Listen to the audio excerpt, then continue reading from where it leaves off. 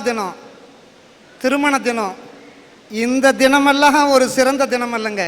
ஆண்டவனுடைய படைப்பில் எல்லா நாளும் ஒரு இனிய நாளாகவே எடுத்துக்கலாங்க. இப்போது பொதுவாக ஒரு திருமணத்துக்கு போகிறோமுங்க, அந்த திருமணத்தில் தாலி கட்டுறாங்களோ இல்லையோ எல்லாரும் எங்கே போயிடுறாங்க? டைனிங் ஹால் போயிடுறாங்க. ஆனால் டைனிங் ஹால் போனால் உள்ளே விட்டதுமே கதவை சாத்திடுறாங்க. அந்த இடத்துல 50 பேர் நிற்கிறாங்க சார். ஆனால் கியூவில் சாப்பிடும்போது பாருங்க, அடுத்த பந்தியில் சாப்பிட்றவன் முதுகுக்கு பின்னாடி நின்று எட்டி எட்டி பார்க்குறானுங்க, எப்படா சீக்கிரம் சாப்பிட்டு முடிவாங்கன்னு. நம்ம கவிஞன் ஒருத்தன் பாடி வச்சான், கல்யாண சமையல் சாதம் காய்கறிகளும் பிரமாதம், இந்த கௌரவ பிரசாதம் இதுவே எனக்கு போதும். இப்படி அந்த கல்யாண வீட்டில் வயிறார சாப்பிட்ற எல்லா நாளும் ஒரு இனிய நாள் தான் சார். ஆனால் நம்ம மக்கள் சாப்பிட்றதுக்காகவே எத்தனை வகையான உணவை கண்டுபிடிச்சு கொடுத்துருக்காங்க பாருங்க. டீ, காபி, பீடி, சிகரெட்டு, வெத்தலை பாக்கு, இட்லி, தோசை, ரோஸ்ட்டு, புரோட்டா, வெண்பொங்கல், பூரி செட்டு, வடை, போண்டா, பஜ்ஜி, மெதுப்பக்க வடை, ஆம வடை, உளுந்து வடை, தயிர் வடை, காராச்சேவு, காராபூந்தி, பாதுஷா, அல்வா, லட்டு, ஜிலேபி, மைசூர்பா, பால்கோவா பண்ணு, பச்சரி சாப்பாடு, சாம்பூசணிக்காய் கூட்டு, கடலைப்பருப்பு, தயிர், மோர், நெய், ஊறுகாய், உப்பு, பப்படம், அப்பளம், கேரட் பல், பீன்ஸ் பல், கொத்தவரங்காய் பல், முருங்காய் பொரியல், மா, பழம், வாழை, அகத்துக்கீரை, அரைக்கீரை, சிரிக்கீரை, வெந்தயக்கீரை, மணத்தக்காளி கீரை, ஆட்டுக்கறி, மாட்டுக்கறி, கோழிக்கறி, கொக்கறி, மீன் கறி, எறும்புக்கறி, பன்னிக்கறி, தயிர் சாதம், தக்காளி சாதம், புளிச்சாதம், வெந்தய சாதம், மல்லி சாதம், கீரை சாதம், சாம்பார் சாதம், சில்லி சிக்கன், சில்லி மஞ்சள், chicken biryani, mutton biryani, cola, kuska, Thums Up, Fanta, vanilla ice cream, சம்பாரவ, கோதுமை ரவை, பட்டை ரவை, chilli tandoori, chilli Manchurian, chilli parotta, kothu parotta, முட்டை parotta, chilli idli, chilli 65, ginger chicken, சோள தோசை, கம்பு dosa, ragi dosa, naan, parotta, fried rice, kheer meals, omelette, half boil, full boil, adai, rava dosa, onion dosa, மசால் தோசை, குழிப்பணியார, சந்தக, எலுமிச்சம் சேவை, தக்காளி சேவை, ஆப்பம், இடியாப்பம், கொலா புட்டு, சுண்டல் குழம்பு, கார குழம்பு, வெந்தய குழம்பு, எண்ணெய் கத்திரிக்காய் குழம்பு, மணத்தக்காளி குழம்பு, ரோஸ் மில்க், ஜவ்வரிசி பாயாசம், ரஸ்னா, பாலாமி பால், பாலாமிக்கு, பானிபூரி, பேல்பூரி, கட்லை, பொரி, கடலை, சுண்டல், காரப்பொரி, மசால் பொரி, பூண்டு பொரி, மிளகு பொரி, ரஸ்தாளி பழம், பூம்பழம், மிருப்பாச்சி பழம், பீடா, இதையெல்லாம் சாப்பிடக்கூடிய மக்கள் அந்த ஆனந்தமா நினைக்கிறானல்ல சார், அந்த நாள் தான் சார் இனிமையான நாள். அதாவது இவ்வளவையும் சாப்பிட்டு கடைசியில பீடா, அத போடாட்டா போடா அப்படின்னு சொல்லக்கூடிய அளவுக்கு இத்தனை சாப்பாடு ஐட்டத்தை வாழ்நாளையே இத்தனையும் நான் பார்த்துருப்பேனான்னு டவுட்டிய. தலைவரை இவ்வளோ சொன்னீங்களே, முக்கியமான நம்ம சரக்கு ஐட்டத்தை விட்டுட்டீங்களே ஐயா, விட்டுட்டீங்களே ஐயா. சான்றோர்கள் மத்தியில நல்லதை மட்டும் சொல்லணும்னு நினைச்சேன், ஆனா அவர் ரசிகரா இருப்பார் போல் இருக்கு. பீர், பிராண்டி, ரம்மு, ஜின்னு, விஸ்கி, கல்லு, பனங்கல்லு, தென்னங்கல்லு, ஈச்சங்கல்லு, சாராயம், பட்ட சாராயம், கள்ள சாராயம், முந்திரி சாராயம், ஆந்திர சரக்கு, கஞ்சா சார். ஐயா நீங்க தான் பெரிய குடிமகன் ஐயா. அப்படி ஐயா, அவரு சொல்ற மாதிரி அந்த குடிமகன் நான் அல்ல. நான் தமிழ்நாட்டில் படித்து தமிழை கற்ற தமிழ் குடிமகன்.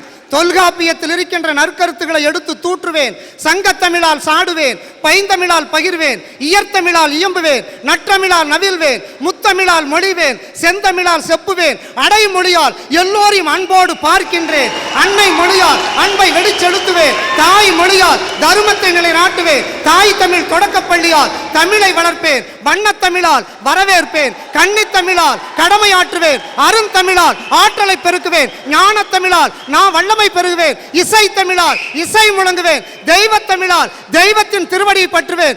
முத்தமிழ் என்று சொல்லக்கூடிய இயல், இசை, நாடகம் என்ற முத்தமிழ் எப்படி இனிமை சேர்க்கின்றதோ அதுபோல எல்லா மக்களும் வாழ்வது ஒரு இனிமையான நாளே என்று சொல்லுகிறேன். நன்றி. சங்கத்தமிழை, தங்கத்தமிழை, எங்கத்தமிழை இந்த மேடையில் முழங்கிய தமிழ் குடிமகனே நீ வாழ்க. ஐயா ஒரு கேள்வி, சமையல் எத்தனையும் சொன்னீங்களே, இதை சமைச்சு போடுற பெண்கள் நாங்க தாங்க ஐயா, அதனால அந்த பெண்கள் தினம் தான் ஐயா சிறந்த நாள்.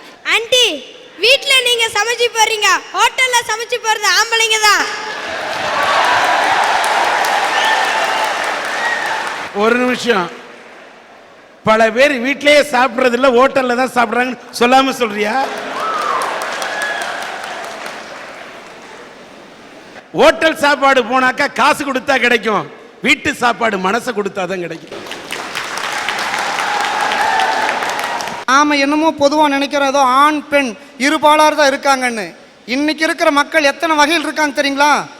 அறிவு, பேரறிவு, நுண்ணறிவு, மெய்யறிவு, அறிவில் சிறந்தவன், அறிவில் தேர்ச்சி பெற்றவன், அறிவில் வளர்ச்சியுடையவன், சித்தர்கள், ஞானிகள், யோகிகள், மடாதிபதிகள், முனிஞான வீரர்கள் மற்றும் ஆராய்ச்சியாளர்கள், நல்லவன், கெட்டவன், அயோக்கி பையன், பஞ்சம பாதகம், துரோக செயல் பண்றவன், மதுப்பித்தன், மாதுப்பித்தன், சூதுப்பித்தன், கொலை, களவு, கல், காமம், பொய் பேசுறவன், அம்மா அப்பாவை அனாதிலத்தில் விடுறவன், அம்மா அப்பாவை அம்போன்னு விட்டுட்டு போறவன், பொண்டாட்டி பேச்சு கேட்டு அவ பின்னாடியே போறவன், சாமியே கும்பிடாதவன், கொணசிரிப்பு சிரிக்கிறவன், அல்லப்பாரு பார்க்குறவன், மேலே பார்க்குறவன், கீழே பார்க்குறவன், தரித்திரம் பிடிச்சவன், நகம் வெட்டாதவன், பீடை பிடிச்சவன், தெல்லவாரி, தெருப்பொறிக்கு, மொல்ல மாதிரி, முடிச்சவைக்கு, உருட்டு, பெரட்டு, திருட்டு, உத்தமி பெண், பத்தினி பெண், குலமகள், குடும்பஸ்திரீ, ஒழுக்கமுடைய பெண்கள், நல்ல பெண்கள், குடும்ப பாங்கான பெண்கள், சாதனை புரியிருக்கின்ற சான்றோர்களுடைய புதல்விகள், பாரதி கண்ட புதுமை பெண்கள் மற்றும் ஓடுகாலி, மலடி, மூதேவி, அடங்காப்பிடாரி, வாயாடி, வெறிஞ்சிருக்கு.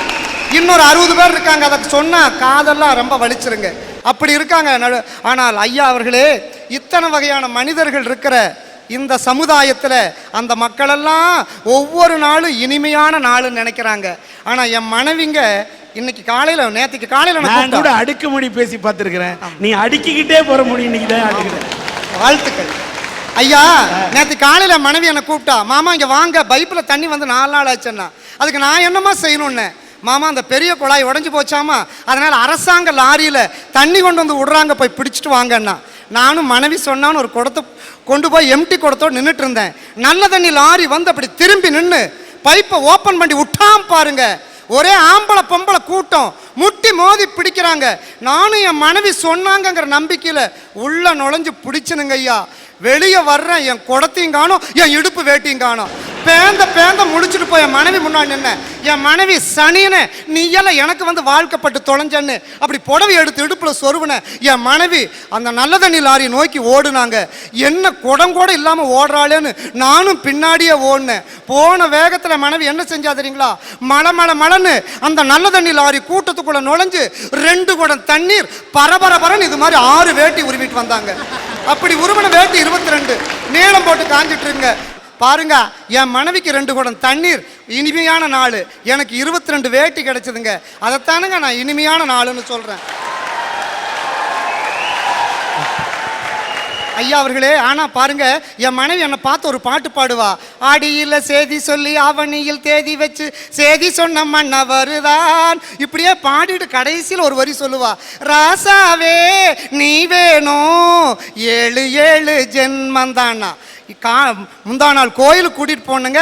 அர்ச்சகர் திருநீர், சந்தனம், குங்குமம் கொடுத்தார். நான் அழகா எடுத்து நெத்தியில பூசிட்டேன்.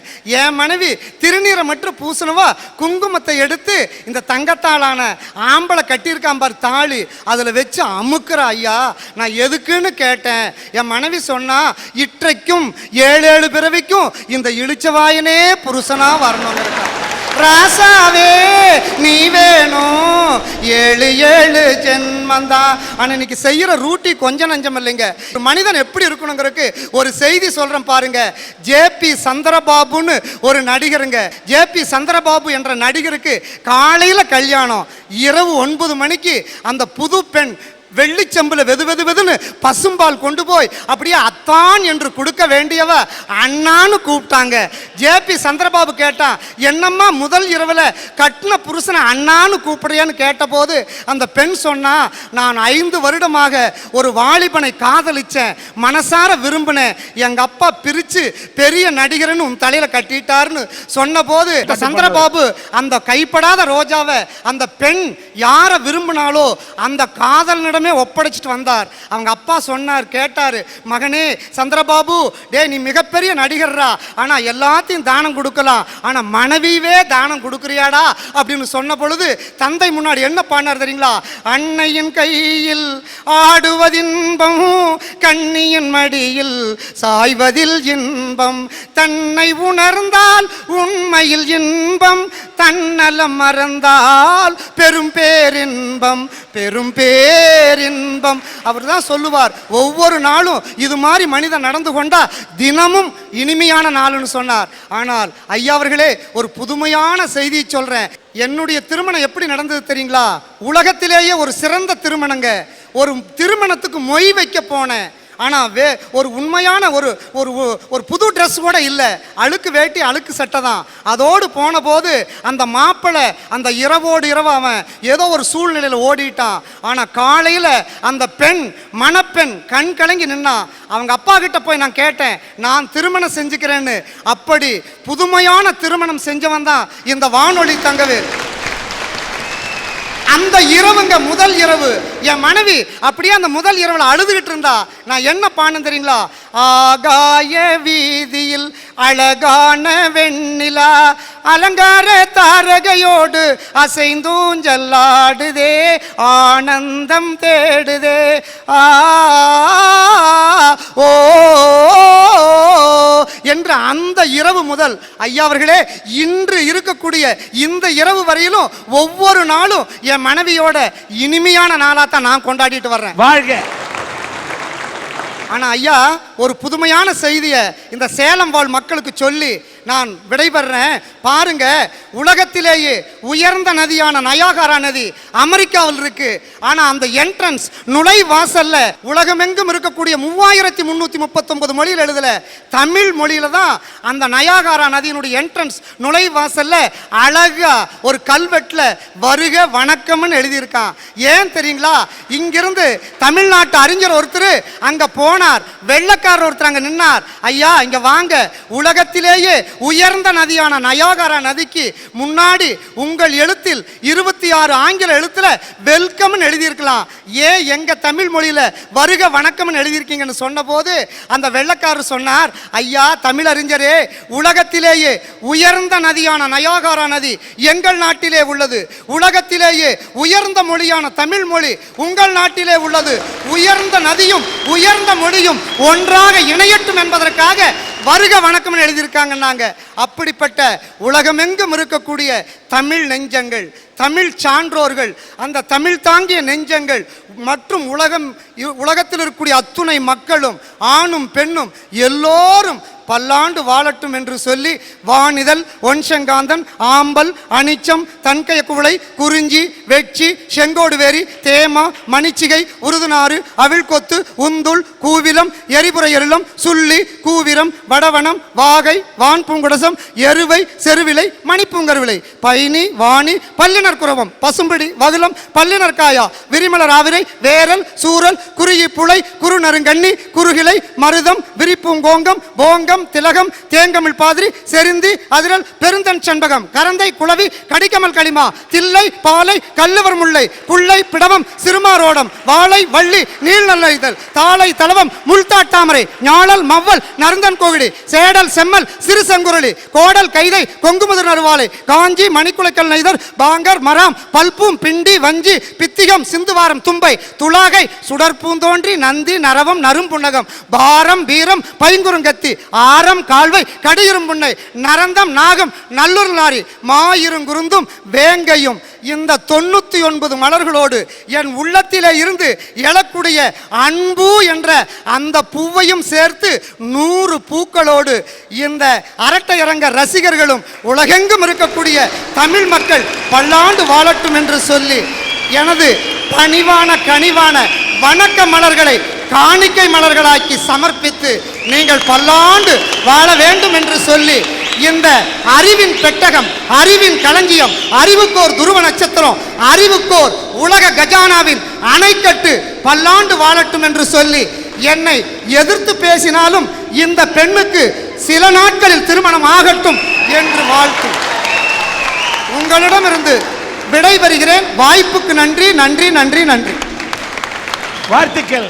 இந்த கனிமொழி, கவிமொழி, கண்டல் மொழி, காவிய மொழி, தென்மொழி, தேன்மொழி, தெவிட்டாமொழி, தேயாமொழி, என்னுடைய சங்கத்தமிழ் தங்கத்தமிழ் கொண்டு சிங்கத்தமிழனாக உரையாற்றிய தங்கவேலே நீ வாழ்க வாழ்க. அஸ்வினி பரணி கிருத்திகை ரோகிணி மிருக சித்தம் திருவாதிரை புனர்பூசம் பூசம் மாயில்யம் மகம் உத்திரம் அத்தம் சித்திரை சுவாதி விசாகம் அனிச்சம் கேட்டை மூலம் பூராடம் உத்திராடம் திருவோணம் அவிட்டம் சதயம் பூரட்டாதி உத்திரட்டாதி ரேவதி என்று அத்தனை 27 நட்சத்திரங்களையும் பாராயணம் செய்து மேஷம் ரிஷபம் மிதுனம் கடகம் சிம்மம் கன்னி துலாம் விருச்சிகம் தனுசு மகரம் கும்பம் மீனம் என்று 12 ராசிகள் பாவிகளையும் கத்தறிந்து பாரப்பா பகலவனும் தனித்தை பாம்பு இரண்டும் பகருகின்ற இக்கோள்கள் ஆறில் நிற்க கூறப்பா குமரனவனை கண்டால் குமலகத்தில் புலி கண்ட பொத்து போல் ஆவர் என்று என்னுடைய புலிப்பாணி பாடினானே. அத்தனை கோள்களை பற்றி படித்த நான் என்னுடைய தமிழ், என்னுடைய செவ்வாயை, என்னுடைய தமிழ் தாயை போற்றிய உன்னுடைய இதழ் வாழ்க என்று இந்த ரோஜா இதழ் கொண்டு வாழ்த்துகிறேன்.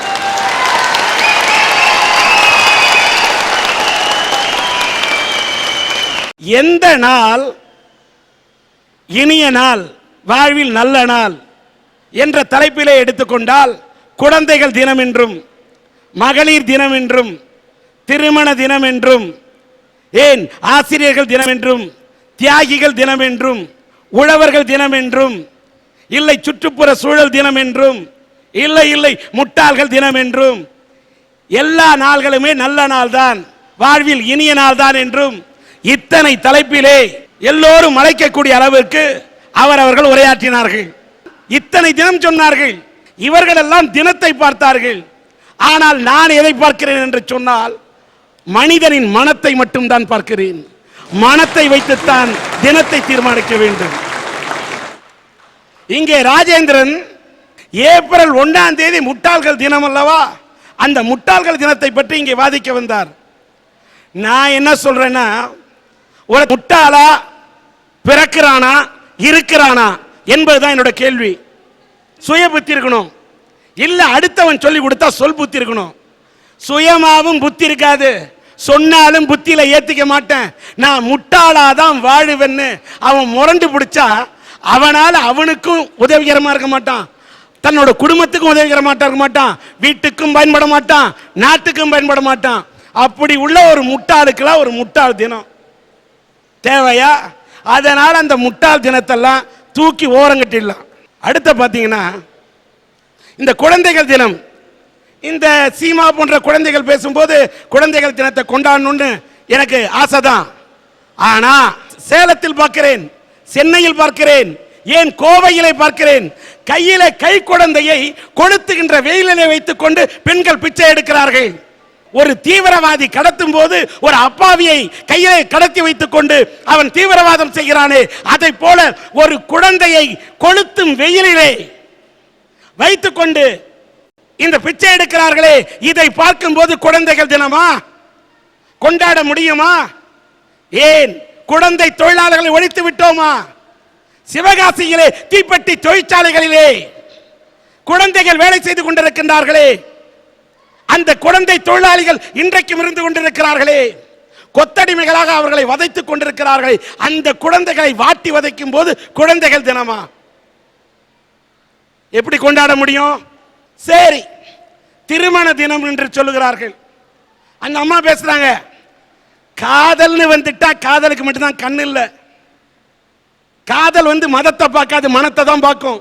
இனத்தை பார்க்காது, இதயத்தை தான் பார்க்கும். விட்டு கொடுத்தால் வாழ்க்கை எல்லாம் கரெக்ட், அது வாழக்கூடிய பெண்ணுக்கு. ஆனால் வரதட்சணை என்ற அரக்கன் இருக்கின்ற காரணத்தால் வரதட்சணையே கொடுக்க முடியாமல் 40 வயதுகள் ஆனாலும் 50 வயது ஆனாலும் திருமணத்தையே எண்ணி பார்க்க முடியாமல் முதிர்கன்னிகள் வாழும் இந்த நாட்டிலே என்ன திருமண தினம்? இன்னொரு பக்கம் அவங்க கல்யாணம் ஆனவங்க கல்யாணம் ஆன கையோட விட்டு கொடுக்கும் மனப்பான்மை இல்லாத காரணத்தால் மன வாழ்க்கையை முறித்துக் கொண்டு நீதிமன்ற வாசலிலே எத்தனை பேர் நின்று கொண்டிருக்கிறார்கள். அவர்கள் தங்கள் வாழ்க்கையை தொலைக்கிறார்கள். தாங்கள் பெற்றெடுத்த பிள்ளைகள் திருமண வாழ்க்கையை தொலைத்தவுடன் இதயம் உடைந்து எத்தனை பெற்றோர்கள் கண்ணீர் வடித்துக் கொண்டிருக்கிறார்கள். அப்படி பார்க்கும்போது சிலர் நல்ல விதத்திலே வாழக்கூடியவர்கள் திருமண தினம் கொண்டாடினால் கூட அந்த தினத்தை பார்த்து நம்மால் திருமண தினத்தை கொண்டாட முடியவில்லையே என்று திண்டாடும் இதயங்கள் இருக்கும் போது திருமண தினத்தை என்னால் எப்படி மற்றவர்கள் கொண்டாட முடியும்? இந்த அம்மா சொன்னாங்க மகளிர் தினம் மகளிர் தினம்னு. வர ஆட்சியாளர்கள் எல்லாம் மகளிருக்காக சொல்லுகிறார்கள். இந்த இந்திய திருநாட்டில் இந்தியாவை இந்திரா காந்தி அம்மார் ஆண்டதற்கு பின்னால், உத்தரப்பிரதேசத்தில் மாயாவதி இன்றைக்கு ஒரு புதிய சரித்திரத்தை படைத்ததற்கு பின்னால், ஏனைய பாராளுமன்றத்தில் 33% இந்த பெண்களுக்கு இடஒதுக்கீடு கொடுப்பதற்கு இன்னும் சட்டம் ஏற்ற முடியல. ஏன் ஏற்ற முடியல? மகளிர் தினம் ஏற்றுக்கொள்ள முடியுமா? முடியல. சரி, ஆசிரியர் தினம். ஆசிரியர்லாம் நல்ல மாணவர்களை உருவாக்கக்கூடிய ராதாகிருஷ்ணன் உருவாக்கினார் அப்படி அந்த பொண்ணு பேசுறது. ராதாகிருஷ்ணனை போன்ற நல்ல ஆசிரியர் இருந்தா பரவாயில்ல. இங்கே பத்மநாபன் கேட்டாரு, டியூஷன் வைக்கிறவனுக்கு ஒரு சட்டம், டியூஷன் வைக்காதவனுக்கு ஒரு சட்டம் என்று நல்லாசிரியரை மதிக்கிறோம்.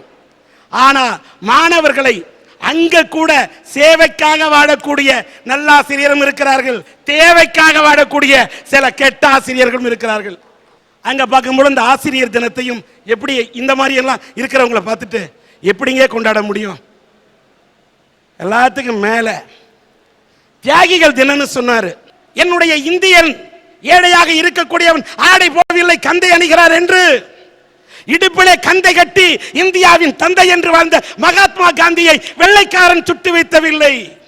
சுதந்திரம் பெற்றதற்கு பின்னால் இந்தியாவின் சுதந்திர மண்ணிலே இந்தியரே சுட்டு வீழ்த்தினார்களே. நியாயமா? வெள்ளைக்காரனிடமிருந்து கிடைத்தது சுதந்திரம். இன்னும் சில கொள்ளைக்காரர்கள் சுரண்டி கொண்டிருக்கிறார்களே, இந்த இந்தியா சிதைந்து கொண்டிருக்கிறது. அது நெருடுகிறது, அது உள்ளத்தை நெருடுகிறது. தியாகிகள் தினம் எப்படி கொண்டாடுறது தெரியல. சுற்றுப்புற சூழல் தினம் நம்ம சொன்ன மாதிரி 2050 மரமே இருக்காது. தொலைநோக்கு சிந்தனையே இல்லாம மரத்தை வெட்டுறான், குழி தோண்டி புதைக்கிறான். திருச்சியிலிருந்து சாம்பியன் ஸ்கூல்ல இருந்து சூசைராஜ் வந்தாரு, 10,000 மரக்கன்றை நட்டார். மரங்களை வளர்க்கக்கூடிய சூசைராஜை போன்ற கருணை உள்ளங்கள் இருந்தால் தான் மரங்கள் வளரும். சுற்றுப்புற சூழல் இருந்தால் தான் விவசாயம் தடைக்கும். அதனால சுற்றுப்புற சூழல் தினத்தை ஒரு பக்கம் மனதில் எடுத்துக்கொண்டாலும் சுற்றுப்புற சூழல் எங்க வாழும்? மாசு கட்டுப்பாடு இருக்கிறதா? இல்லை. அங்க அந்த தினத்தை சும்மா பேரு கொண்டாடலாம். ஆனால் உழவர் தினம் என்று சொன்னாரே, அந்த உழவன் தான் இந்த உலகத்துக்கு அச்சாணி. நீங்க சொல்றீங்க தியாகி, இந்த நாட்டுக்கு தியாகின்னு சொல்றாங்களே, கதர் சட்டைக்காரன் கூட சோறு இல்லாவிட்டால் கதறி விடுவான். இந்த உணவுக்காகத்தான் மனிதன் ஓடுகிறான். மனிதன் உயிருக்காக வாழ்கிறானா இல்லை வயிறுக்காக வாழ்கிறானா? உயிருக்காக வயிறா இல்லை வயிறுக்காக உயிரா? சிந்திக்கணும். இந்த வயிற்றுக்காக தான் மனிதன் போராடுறான். இவங்க எல்லாருக்கும் ஆதாரம் உணவு. அந்த உணவுக்கு ஆதாரம் யாரு? உழவன். உழவன் தான் இந்த உலகத்தின் அச்சாணி. அவன் சேத்துல கால வச்சாதான் இவன் சோத்துல கைய வைக்க முடியும். கிராமம் இல்லாம நகரம் வாழுமா? விவசாயி இல்லாம என்ன பண்ண முடியும்? அதனால் அந்த உழவர் தினத்தை மனதில் கொண்டு நாட்டையும் நகரத்தையும் வீட்டையும் வளமாய் வாழ வைப்போம். அதுவே உழவர் தினமே நம் உள்ளத்திலே போற்றப்படும் உன்னதனமான தினம் என்று என்னுடைய தீர்ப்பை சன் டிவியின் அரட்டை அரங்கத்தின் மூலம் வழங்கி விடைபெறுகிறேன். நன்றி, வணக்கம்.